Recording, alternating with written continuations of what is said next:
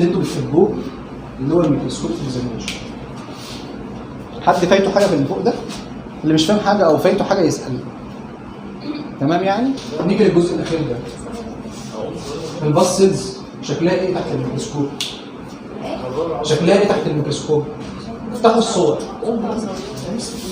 ده الباص ما بقولش بكتيريا بقى. عايز افرق وانا بفحص ميكروسكوب بين الباص والار بي سيز. عارفين شكل الار بي سيز العاديه اللي في الدم؟ مش احنا قلنا بتبقى عباره عن دايره وجواها دايره ثانيه اللي هي الشعاب المركزي. شوفوا الصوره كده هتلاقوا الار بي سيز عباره عن تحسوها دايرتين في بعض. صح كده؟ وبتبقى صغيره، لكن الباص اكبر منها، يعني لو جيت احطهم العينه فيها ده هتلاقي ده اكبر شويه. هي الباص دي اللي احنا قلنا هي ايه؟ اللي هي وايت بلاد سيلز. الوايت بلاد سيلز جواها ايه؟ جواها فصوص انويه، ولذلك هتلاقيها منقطه. ده الفرق البسيط بينهم. انا عايز افرق دلوقتي ده باص ولا ار بي سيز، وانا شايف ان في حاجه فيهم كتيره جدا مش عارف هي باص ولا ار بي سيز. اعمل ايه؟ طبعا دي واضحه ودي واضحه، طب هم مش داخلين على بعض، مش باينين قوي. اعمل ايه؟ اما جيتوا تشتغلوا الوايت بلاد سيلز كاونت حطيتوا ايه؟ محلول العد بتاع الوايت بلاد سيلز ايه؟ هو احمد قال لكم المره اللي فاتت اسيتيك اسيد حمض الخليج. عمل ايه حمض الخليج ده؟ كسر كل الخلايا ما عدا ايه؟ طيب انا شاكك ان اللي في الدم اللي في العينه اليورين حاجه من دول. احط حمض خليج، اجيب نقطه من المحلول بتاع العد ده واحطها على الشريحه دي. الشريحه اهي ونقطه. ايه اللي هيحصل متوقع يعني؟ هتكسر كله ما عدا الوايت بلاد سيلز. فلو انا كنت شاكك بين الاثنين ده ولا ده، ولقيت الكميه اللي كانت كتير فضلت زي ما هي ثابته، معناها ايه؟ ان هي كانت كواد دم بيضاء مش ار بي سيز. طب لو اختفت يبقى انت شكك بقى كانت ار بي سيز. يعني انت لو كنت شاكك في العدد مثلا من 40 ل 50، بس انا مش عارف هو ده بس ولا ار بي سيز، هو خلايا 40 ل 50، حطيت نقطه حمض خليج اختفت، تبقى دي كانت ار بي سيز. ليه؟ لان ده المحلول بتاع العد الابيض، فهيكسر كله ما عدا الابيض، هو كسرها فما تبقاش ابيض، تبقى ار بي سيز. طب لو فضلت ظاهره قدامك على الميكروسكوب زي ما هي الخلايا كتير زي ما هي ما كسرتش ما اختفتش من قدامك، يبقى هي ايه؟ باص سيلز. يبقى ال 40 ل 50 ده باص سيلز. فاهمين دي؟ الحته دي مهمه، دي تفرق من واحد للتاني. انا شاكك هقول لك اتاكد ازاي. انت لو عارف دي هتعرف تتاكد. نقطه من حمض الخليج اختفت تبقى كانت ار بي سيز، لان ده محلول العد الابيض. فانت شاكك هي ار بي سيز ولا عد ابيض؟ اختفت يبقى هي ار بي سيز، مش انما لو هي عد ابيض، لو هي باص سيلز مش هتختفي، لان هو بيعد الدم الابيض فمش هيكسر الارض، مش هيكسر الوايت بلاد سيلز. فاهمين دي؟ تمام. يبقى عرفنا شكلهم الاثنين، والصوره عندكم بصوا عليها هتلاقوا في صور كتير. النورمال بتاعهم كام لكام؟ اللي شغالين دول النورمال بتاع الباص والار بي سيز كام؟ 8 10. هو النورمال عندكم في ده في دوله ايه؟ اشمعنى 10 يعني؟ لا مش 8 10.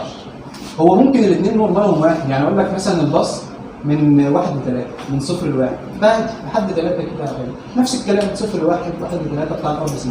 بدا بقى من 5 ل 7. انتوا عارفين العدد ده ايه؟ انت بتجيب الشريحه عديت 1 2 3 في الفيلد ده، جبت فيلد تاني. عارفين يعني ايه فيلد؟ المجال الرؤيه اللي انت شايف بيه، انت بتروح في الستيج يمين وشمال. انا جبت الفيلد الاولاني لقيت 3 خلايا ار بي سيز، جبت الثاني لقيت 2، جبت الثالث لقيت 4، جبت الاولاني لقيت 1. اقل عدد انا عديته 1 واقطع عديته كام؟ 4. فيبقى النتيجه من 1 ل 4. مش قصه، بس هي يعني في المعمل تبقى رنجات ثابته من 0 ل 1، من 1 ل 3، ممكن اقول لك من 2 ل 4، لكن انت لو غيرتها مش هتضربني يعني هي مش رقم مش باصمين عليه. فاهمين؟ هي الفكره في دي، يعني فاهمك هي جت منين؟ رينج من كذا لكذا. بس انا بقول لك في حاجات ثوابت كده، من 1 ل 3، من 2 ل 4، من 5 ل 7، من 7 ل 10، من 10 ل 12 وهكذا. جيت عند ال 50 تعرف تعد من 50 ل 51؟ تعرف تجيبها لو عدد عندك 50 انت هتعرف تعد 50 والفيلد الثاني 51، هيبقى الفرق بينهم واحده؟ مستحيل. في العدد الكبيره دي الرينج بيبقى واسع، فمن 50 ل 60، 60 ل 70. جيت عندك في عدد بقى كده انت بصيت على الفيلد لقيت كميه ار بي سيلز او كميه جوه البلاد سيلز الاثنين بيتعاملوا نفس الفكره كده راكبين فوق بعض كده، دول ما تعرف تعدهم، ده اسمه اوفر 100. خلصت ما بتعدش اوفر 100. انا بفحص على عدد سكان، احنا قلنا الميكروسكوب 5 و10 40 100، بفحص الحاجات دي كلها. الفحص ده على عدد سكان 100. مين اللي قال 100؟ 100 دي العدسه بتاعت 100 ايه ده؟ 100 دي بتاعت الافلام المسبوقه فقط، سواء بكتيريا او انا بفحص على عدسه اصل. انت التقرير بيطلع كده يقول لك من 20 30 حاجه اسمها هاي باور فيلد. الكلمه دي بتبقى موجوده في التقارير لو خدت بالك. الهاي باور فيلد دي اللي هي العدسه اللبنيه، اللي هي الباور اكسايد. انت بتفحص انت نفسك بتفحص بال10 وبتفحص بال40، بس معنى ان اقول لك النتيجه من 20 ل 30 انا جايبها منين؟ عددها على العدسه ال40. انتوا عارفين ان العدسه ال40 بتجيب عدد ربع العدسه ال10، عشان العدسه ال40 كبرت 4 مرات زياده. صح ولا ايه؟ انا دي مكبره 10 مرات، على العدسه ال40 مكبره 40 مره، مضروبه في 4 يعني كمان. فانت لو انت شايف على دي العدد 100 هتشوفه على ال40 ربع العدد. فاهم حاجه؟ فانت النتيجه اللي طالعه دي 20 30 مش على العدسه 10. انا لو انت كتبت لي النتيجه بقول لك 20 30 وانا جيت فحصت بعدك بس بصيت من العدسه 10 مش هشوفهم 20 30، مش هشوفهم 20 30 هشوفهم اكتر. انت فاهمين العدسه 10 بتعمل ايه؟ العدسه 10 بتجيب لك المساحه دي كلها، مجال الرؤيه بتاعها كبير عشان هي مكبره 10 مرات بس، لكن العدسه ال 40 مكبره 40 مره فتجيب لك الجزء اللي هو بس. فانا اما ابحث على العدسه ال 40 هشوف من هنا من 10 ل 20 مثلا عدد خلايا. طب لو انا ابحث على 10 ما هي دي فيها 10 ل 20 دي فيها 10 ل 20 هلاقيها من 40 ل 80. فانت النتيجه اللي بتطلع بالهاي باور فيلد. فهمتم؟ ده الباص والار بي سيز. اللي بعدها ايه؟ البيسيليال سيلز اللي انتوا كنتوا بتقولوا عليها اللي هي الخلايا البشريه. ايه هي الخلايا البشريه دي؟ جسمنا كله. قول. ممكن تقول ايه؟ قول اللي هتقوليه بس ايا كان هو ايه؟ اسال. طب اسالك انا طيب. ايه هي البيسيليال؟ هو الفيميل والميل الاثنين بيطلع النورمال معاهم يبقى في باص سيلز، هي قصدي بيسيليال سيلز. في الميل ما بيبقاش فيه بيسيليال. لو لقيت موجب 1 بلس 1 يبقى بتقدر كده عادي برضه. البيسيليال سيلز دي ايه؟ كل الفتحات بتاعت جسمنا عليها بيسيليال سيلز، دي خلايا من جسمك. انت جسمك عباره عن انسجه، عباره عن خلايا متجمعه على بعض طبقات فوق بعض. فالبيسيليال سيلز دي اللي هي طبقات الجلد اللي فوق بعض. انواع الخلايا في منها خلايا كده ايه؟ ده في حاجات كتير عشان لو قلت هتتعب. كولامينر يعني ايه؟ يعني هنرجع للاصل. انت جسمك بيبدا من ايه؟ خليه مع خليه تعمل نسيج تشو، نسيج مع نسيج يعمل عضو مع عضو يعمل جهاز، مثلا جهاز تنفسي، جهاز الهضمي، اعضاء مع اعضاء. الجهاز الهضمي عباره عن كذا وكذا، عباره عن سيستم يعني نظام. اعضاء مع اعضاء يعمل لك البادي كله. فانت جسمك بدا من ايه؟ من ابيثيليال سيلز، خليه. فانت جسمك كله خلايا، بس الخلايا في جسمك كل ربنا سبحانه وتعالى خلق لك الخلايا في جسمك انواع. في واحده خلايا بتبقى مطاطه شويه، زي ايه؟ اللي موجوده مثلا في المثانه. انت الخلايا بتاعت المثانه دي الطبيعي بتاعها ان هي ما تكونش ماسكه، ما تكونش صلبه. ليه؟ لان انت المثانه لازم تتمدد، ولا انت مجرد ما تتجمع فيها شويه بول هتيجي تروح الحمام. هو سبحان الله تعالى خلقها كده. الخلايا بتاعتها خلايا مثلا اسمها ترانزيشنال، خلايا اللي عندها القدره ان هي زي البالونه كده تتمدد. في خلايا ثانيه سكويموس هي صلبه شويه بتبقى موجوده في الفتحات بتاعه الجسم. فالخلايا دي اصلا بطبيعيه بصوره طبيعيه بتنزل في الفيميل اكتر شويه من الميل، بس هو اكتر. شكلها ايه بقى؟ شكلها هلاميه ملهاش اي 30 لازمه كده، عباره عن خلايا كده ما خليه. يعني لو جبت حضرتك جبت عارفين اللي بيعملوا وشهم اللي هو بيقعد يشيل طبقات الجلد، انت لو جبت منهم شويه تقشير على شريحه وجبت تفحصها هتلاقي بيسيليال سيلز، خلايا بشريه. شكلها بيبقى ايه؟ شكلها ملهاش شكل ثابت، هلاميه كده، لها جواها نواكب. ده اشكال بقى كتير ملهاش اي شكل، اي اشكال جواها نواكب. دي البيسيليال سيلز. بص على الصوره دي. في الفيميل الموجوده بلس 1 بلس 2 نورمال، زادت قوي تدل على انفكشن، معناه ان في حاجه بتاكل في المكان فبتخلي لك الخلايا دي تزيد. بيكون معاها برضه بلس سيلز، يبقى دي البيسيليال سيلز. الكاست بقى، الكاست دي خلايا اسطوانيه، هي سيلز برضه. شفتوا الصور؟ نيجي للكاست. عارفين انتوا مش احنا شرحنا الكلى وقلنا عباره عن قلنا الكلى انابيب خلويه وطالع ونفرم وحاجات كده. البول هو معدي في خلايا ممكن تتجمع على بعض تعمل شكل الاسطوانه بتاعت الكلى، ما هي الكلى دي انابيب طالعه ونازله. فالخلايا مجرد ما تتجمع على بعض تعمل لك حاجه اسمها كاست، بينزل في البول على شكل اسطوانه كده. خلايا برضه انواعها كتير، لو شفت الصور هتلاقي انواعها زي ايه؟ حاجه اسمها هيلاين كاست، شفاف كده مفتوح من فوق وبالشكل ده، شكل اسطوانه كده. فاهم حاجه يا ابراهيم؟ شكل اسطوانه ومفيش جواها حاجه، لونها شفاف خالص، قريبه من الابيثيليال بس شكل اسطوانه. شايفينها؟ دي اسمها هايلاين. الهايلاين دي موجوده في النورمال، يعني ما هياش دلاله على مرض. ممكن تزيد مع واحد بيعمل تمارين كتير، واحد ما بيشربش ميه كتير، البول مركز، تلاقيها تظهر معاه. ما هياش دلاله على مرض. طب ايه بقى اشهر واحده؟ هم كتير، انا هقول بس 2 منهم والباقيين اسماء بس. الثانيه دي لونها شفاف ابيض مفيش جواها حاجه. الثانيه اللي هي الجرانولا الخلايا المحببه جايه برضه من الكلى، بس دي بيكون لونها ايه؟ اصفر كامل وتكون محببه. جرانولا محببه كتير كده. دي معنى ان انا اشوفها في عينه بول ديت عنده ايه؟ كرونيك كيدني فيلير. فشل كده. دي احنا قلنا نورمال هايلاين ما فيش فيها مشكله، لكن انت ما تشوفش جرانولا وتطلعها في تقرير الا لما تكون متاكد ان المريض ده اعمل له كرياتينين. شوف اتاكدنا من السكر ازاي؟ لو عندك له عينه سيرم وهو ضارب بول وحاجه ثانيه وسكر اعمل له كرياتينين. بس انا بعمل بول لشخص ده ولقيت عنده البروتين عالي والسكر عالي ومعاه جرانولا، غالبا هيبقى فاشل كده. لكن ما تبقاش كل حاجه نورمال ومطلع لي جرانيولا الصبح مش انت قاعد. اللون نورمال والبروتين عالي قوي تبقى اي مش شرط. مش احنا قلنا البروتين ده ممكن يكون ايه؟ ست حامل عندها مشكله ثانيه. لا لو مش حامل وفي بروتين كتير، بروتين بس اعملي كرياتينين. بس وارد لو في بروتين عالي. ما هو بص غالبا الجرانيولا ده هيكون بروتين وهيكون في عنده سكر وهيكون في نيترويد وهيكون في الدنيا بايظه خالص. بس وارد ما هو معنى البروتين نزل بيبقى فيه. احنا ما قلناش حته حلوه في البروتين بمناسبه ان اسماء ايه؟ جابت سيره البروتين. شاطره يا اسماء. هي انت عايزه تمشي بروتين.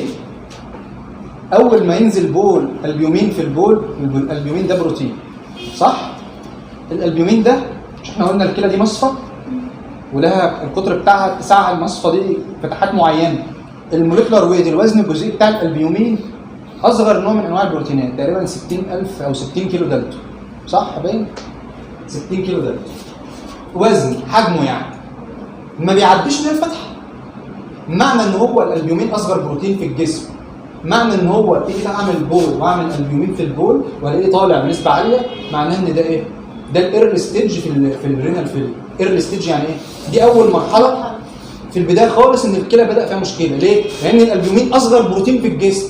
معنى ان هو نزل يبقى لسه الفتحات بتاعه النفرون وبتاعه المرشحات دي بدات تسع شويه صغيره بس، لان هي ما عدتش اي حاجه غير ايه؟ غير الالبيومين، لان هو وزنه الجزيئي اصغر واحد فيهم. معنى ان هو بدا يعدي يبقى ان بدا يبقى فيه مشكله في الكلى. فانت برضه البروتين ده معنى اشوف البيومين في البول يبقى ده ايرلي ستيج من الرينال فيلير. فوارد معنى ان البروتين ينزل في البول بكميه انت مثلا هتقابليه كتير ممكن يكون معاها جرانيولار عادي بس يكون بروتين، بس ما تكونش ست حامل عشان ممكن يكون معاها بروتين في الحاله نورمال يعني. فالجرانيولار دي شفتوها؟ حد فكر يشوفها ويشوف الهايلاين ويفرق بينهم؟ الهايلاين لونها ابيض شفاف خالص كده ومفيش جواها حبيبات. الجرانيولار بيبقى لونها حبيبات ولونها اصفر كده مصفر جامد. دي الجرانيولار كاست، دي دليل على الرينال فيلير. اسطوانات كتير، احنا قلنا الاسطوانات دي عباره عن ايه؟ عباره عن خلايا جمعت مع بعض في الانابيب الكلويه وعملت شكل اسطوانه بنفس شكل الانبوب. طب اتجمع جواها ار بي سيز بقى اسمها ار بي سيز كاست. اتجمع جواها باس سيلز بقى اسمها وايت بلاد سيل كاست. اتجمع جواها فات بقى اسمها فاتي كاست. اتجمع جواها شمع بقت اسمها واكسي كاست. كل واحده فيهم بتدل، غالبيتهم ما بيظهروش الا في حالات برضه رينال فيلير، الواكسي والفات دول. بس اول واحده دي انواع، هي دي اكتر واحده هتشوفوها في المعنى هي والهيلاين. دي نورمال لكن دي ما تظهرش وما تطلعش بسهوله. لو انا شفت واحده بس زي دي في البول اطلعها ولا لا؟ ما اطلعهاش. لازم اشوف 2 3 4. واحده دي وارد تكون هي جرانيولار وارد تكون حاجه ثانيه بس انت بتشتبه عليك. فانت معنى ان هي هتظهر مش هتظهر واحده، هتظهر كميه. يعني معنى ان الكلى ضربت مش هتجيب لك واحده بس، لا هتلاقي واحده 2 3. فواحده بس والدنيا طبيعيه لا، غالبا لا ما تطلعهاش. حتى لو الدنيا مش طبيعيه وعندك واحده بس هتلاقي معاها هيلاين على فكره، بس الهيلاين هتلاقيها موجب 2 ودي واحده، لا الغي دي طلع هيلاين موجب 2 موجب 3 براحتك والغي دي. الفكره دي الكاست اللي احنا بنتكلم عنها. الكريستالات بقى، الكريستالات دي اكتر كصور يعني، انا بس هقسمهم لحاجتين صغيرين والباقي لازم تشوفوه بالصوره وتشوفوها في المعنى ان شاء الله. وانا قلتها في الاول في كريستالات بتتكون في وسط اسيدك وهقول اسمائهم واشكالهم، في كريستالات بتتكون في وسط الكلايد. عارفين الكريستالات اللي هي الاملاح، اللي هو كده اقول له يجي يعمل بول، اكتر حاجه بنقولها ايه؟ انت عندك املاح يا حاج، صح؟ اكتر حاجه عندك بص يا حاج، عندك صديد بقى، مش بنقول له بص، عندك صديد يا حاج يا حاجه، عندك املاح يا حاج يا حاج. ده اكتر حاجتين بتقولهم، البص وعرفنا قصته. الاملاح وعرفنا قصته يعتبر في الاول. الاسيدك اشهر واحد ايه؟ اشهر واحد املاح بتقولوا عندك ايه؟ يوريك اسيد. مش عارفين يوريك اسيد؟ اه يوريك اسيد ده بيظهر في الاسيدك. وما تقوليش الوسط القليل ويوريك اسيد، ممكن يظهر في النيوترال برضه، يعني النيوترال مش مشترك مع الاثنين، لان النيوترال ده احنا قلنا اصلا ايه؟ ممكن يكون اسيدك بس يعني اللي هو يا دوب انت ما لحقتش. فاليوريك اسيد ده اول واحد، عارفين شكله ازاي؟ لازم تبصوا في الصور وانا هرسمه. عامل كده ولونه اصفر، واخد لون اصفر كده، ممكن يركب في بعضه ويعمل لك شكل النجمه كده، صح؟ طيب ايه تاني اليوريك اسيد؟ الاسيدك اشهر كمان واحد ايه؟ كالسيوم مزيلات. املاح الكالسيوم بتيجي من اكل الطماطم والجبنه مع بعض كتير. مزيلات الكالسيوم ما بهزرش، بتيجي بسبب كده. املاح الكالسيوم مزيلات دي شكلها ايه؟ لها ثلاث اشكال. شكل اسمه الظرف كده، هو شكل الظرف، عارفين الظرف الجوابات بتاعت زمان؟ ده شكل في الصور برضه قدام. وفي شكل اسمه مونو هيدريت، اثنين دايرتين في بعض بس بيبقوا مطولين شويه، مش زي الار بي سيز. يعني الار بي سيز دايرتين في بعض، ده مطول شويه. هو احنا نركز في اساميهم ولا مش مهم؟ ما انت لما تشوفيها هتقولي لي ده ازاي؟ يعني انا دلوقتي شفت دي مش التفصيله دي، يعني دي مش هتفرق، مش هتكتبي في التقرير كالسيوم مزيلات مونو هيدريت، لا اعرفها لك كده. لكن انت هتكتبي كالسيوم مزيلات، هتكتبي يوريك اسيد مش عارفه اسمه، شفت شكله وانا عارفاه، بس هتكتبي ايه في التقرير انت لوحدك في المعمل؟ هتكتبي ايه؟ ما انت لازم تبقى عارفه اسمه. عارفه ان ده يوريك اسيد، صح؟ مش ده سؤالك؟ انت لازم تبقى عارفه اسمه، ده كالسيوم مزيلات. ايه تاني بيظهر في الاسيدك؟ واحد كمان اسمه امورفاس يوريت. شكله ايه؟ الشكل الثالث البامبر. الشكل الطارد الدمبل شيب. عارفين اللي بيلعبوا جيم عامل زي بتاعت الحديد كده، دمبل شيب.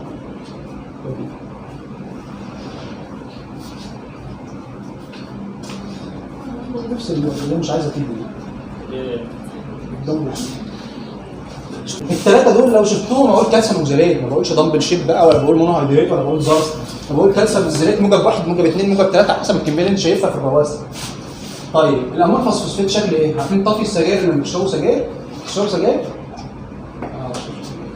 هتلاقي الشريحه كده اهو عليها رواسب كتيره مالهاش شكل، يعني دول لهم اشكال اهي، يعني دول اشكالهم زي ما احنا قلناها، ده اشكالهم اهي، ده عباره عن رواسب كده رمل مرمي. بس الامورفاس يوريت عشان في واحد تاني قصاده في الالكالين ده بيبقى لونه ايه؟ لونه بينك، لونه محمر كده بينكي، يعني لو كميه راسب كبيره بعد ما سنتر عينه هتلاقي الراس لونه احمر، فده امورفاس يوريت. طيب في الالكالين ايه اشهر حاجات؟ قصاد الامورفاس يوريت في امورفاس تاني اسمه امورفاس فوسفيت. نفس الرسمه طفي السجاير النقط الرمل دي بس لونها ايه؟ وايت، لونه ابيض، يعني الرصد ده موجود ابيض مع وسط الكالين يبقى ده امورفاس فوسفيت. لونه احمر مع وسط اسيدك يبقى ده امورفاس يوريت. طب انا عايز افرق بينهم وانا شاكك اعمل ايه؟ وبعدين زي ما مكتوب كده في واحد فيهم وده برضه موجود، في واحد فيهم احنا قلنا واحد فيهم اسيدك واحد الكالين. طب انا لو حطيت عليهم هما الاثنين انا مشتبه في اللون مش باين، والاثنين نفس الشكل نفس الشريحه. البيتش بتبقى تحسها والبي اتش برضه نيوترال. حط حمض خليك، ما هو لو اتكسر هيبقى ايه؟ هيبقى فوسفات، لان هو بيعيش في الاسيد في الالكالين، فانا حطيت له اسيدك اتكسر. طب لو فضل زي ما هو يبقى هو بتاع الاسيدك يبقى امورفاس يوريت، ده لو انا مشتبه في اللون والبي اتش. طيب ايه تاني زي ما انت قلتي؟ تسخين. في واحد فيهم بيظهر بالتسخين وواحد فيهم بيختفي بالتسخين. طيب انا سخنت العينه، ايه اللي بيظهر بالتسخين؟ ده. طب انا لو سخنت العينه وظهر لي ده، ايه اللي يشتبه فيه معاه؟ البروتين. لسه مش قايلين لو سخنت عينه البروتين بيظهر لونه ابيض، وده برضه لو سخنت العينه هو بيظهر بالتسخين، فهيشتبه بين ده وده. اعمل ايه؟ الخل، اقوم حاطط نقطه خل، لو ده اختفى ما هو غالبا لازم يختفي. انت اصلا في اختبار البروتين اصلا ممكن اصلا لازم تختار اذا كان ده بروتين ولا لا. ما هو ممكن يبقى امورفاس فوسفات في الاخر، معاك راسب كبير هو لونه ابيض برضه جدا وطلعه موجب 3، هو في الاخر ما طلعش اصلا بروتين، يطلع امورفاس فوسفات، يطلع امورفاس فوسفات، لان هو بيعمل نفس الفكره بتاعت البروتين. الامورفاس فوسفات اللي بيعيش في الالكالين بيظهر بالتسخين، فانا عملت جليان لقيت راسب ابيض بحط عليه نقطه حمض خليه، غالبا لو هو ده هيتكسر لكن لو هو بروتين، لا البروتين مش هيتكسر بحمض الكليه. فاهمين الكلام؟ الحاجات دي هتفرق جدا معاكم في الشغل. في عندك ايه تاني؟ المهم في واحد تاني اسمه تريبل فوسفيت، ده في الالكالاين. التريبل فوسفيت ده اللي هو عارفين التابوت؟ عارفين التابوت؟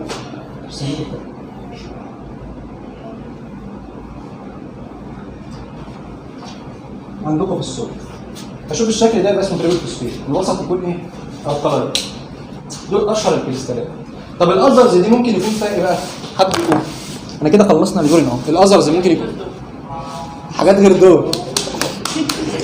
ايه لو هنا مثلا ما كتبناهوش لحد الان؟ انا قلت حاجات ومش كاتبينها، انا قلت بكتيريا تبقى فين مثلا؟ صح؟ مش انا قلت بس اللاي بكتيريا، يعني انا شفتها مش موجود لها ايتم اكتبها هنا بكتيريا موجب واحد. في حاجه اسمها ميوكس، عارفين الميوكس؟ المخاط الذي تيجي تفحص الشريحه مش عايزه تفحص. تيجي تفحص الشريحه تلاقي خيوط هلاميه كده. شفتهاش قبل كده اللي فحصهم؟ خيوط هلاميه كده. دي اسمها ميوسنس ثريدز، خيوط مخاطيه او الميوكس. بيتكتب فين؟ في الازهر برضه. سبرم ممكن يظهر في البول برضه بس هيبقى ميت. ده دلاله مرضيه، انا مش بهزر.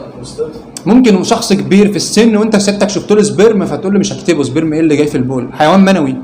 فانت تقول لي اكتبه ليه؟ الناس الكبار في السن بيحصل التهاب في البروستاتا، وهي البروستاتا دي هي اللي بتطلع السائل المنوي اللي بيدخل فيه الحيوانات المنويه. تلاقيه دخل الدنيا لخبطت على بعضها، هو مع التهاب البروستاتا تلاقيه السائل المنوي خرج مع البول. تقول لي ازاي هي كده؟ فده دلاله مرضيه جدا مهمه جدا، لو ما طلعتهاش في التقرير الطبيب انت كده ظلمت المريض. لازم تكتبه له. دي الاذر يبقى ميوسنس ثريدز سبرم. في ارتفاكت، في الارتفاكتس شوائب دي يعني ايه؟ انت سيادتك هو داخل الحمام طلب مناديل، هتلاقي ممكن بقايا مناديل نزلت في مع الجرعه مش مشكله. فهتلاقي شريحه مش نظيفه على تراب، هتلاقي حاجات هبله كده يعني ورق مسحتها بقطن وفضل على وجهها. انت مسحتها بقطنه وباقي عليها فايبرز، تلاقي شكلها عامله كده زي حته شجره كده هبله، ملهاش اي حاجه انت مش عارفها، بس مش عارفها وانت شاطر، يعني عارفها مش عارفها وانت عارف كل ده، مش عارفها وانت مش عارف حاجات. ما هو مش عارفها ومش عارف حاجه تقول لي ارتفاكت يبقى كل ده هتقول له ارتفاكت. لكن اي حاجه وانت عارف كل ده مش لاقي شويه هبل شويه نقط ما لهمش لازمه، لا دي شوائب فكك منها ما بنكتبهاش. ممكن انت بصمت على الشريحه بسرعه فدهون تلاقي نقط كده دواير برضه زي ما احنا شرحناها في الشوربه كده، تلاقي بابلز كده ظهرت. ايه دي خلايا؟ دي بكتيريا ولا دي ديدان ولا ايه؟ لا دي مش حاجه برضه، دي ارتفاكت. حد عايز حاجه تاني في اليوم؟